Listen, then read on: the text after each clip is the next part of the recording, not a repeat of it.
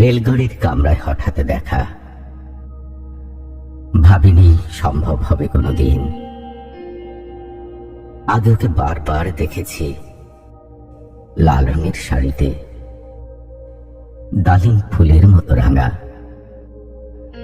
আজ পরেছে কালো রেশমের কাপড়, আঁচল তুলেছে মাথায়, দোলন চাপার মতো চিকন গৌরবখানি ঘিরে। মনে হলো কালো রঙে একটা গভীর দূরত্ব ঘনিয়ে নিয়েছে নিজের চারদিকে,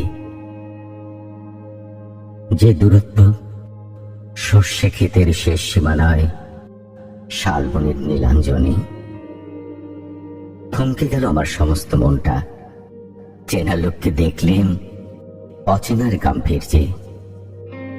হঠাৎ খবরের কাগজ ফেলে দিয়ে আমাকে করলে নমস্কার। সমাজবিধির পথ গেল খুলে। আলাপ করলেন শুরু। কেমন আছো, কেমন চলছে সংসার ইত্যাদি।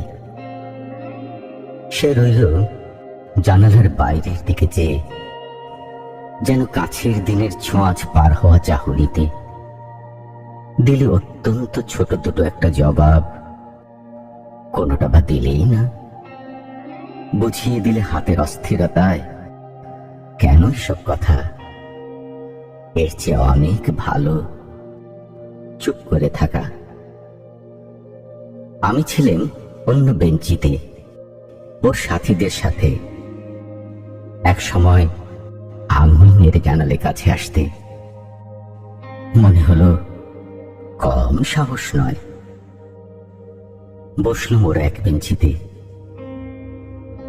গাড়ির আওয়াজের আড়ালে বললেন মৃদু স্বরে, কিছু মনে করো না, সময় কথা সময় নষ্ট করবার।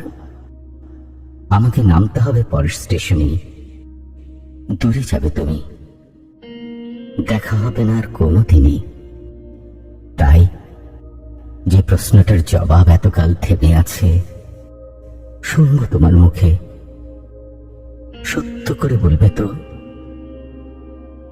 আমি বললেন, বলবো।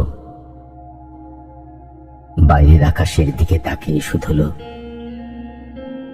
আমাদের গেছে যে দিন, একেবারেই কি গেছে, কিছুই কি নেই বাকি। একটুকু রইলেন চুপ করে, তারপর বললেন,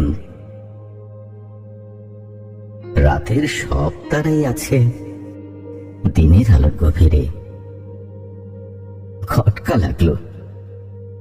কি জানি বানিয়ে বললেন নাকি। ও বললে, থাক, এখন যাও ওদিকে। সবাই নেমে গেল পরের স্টেশনে।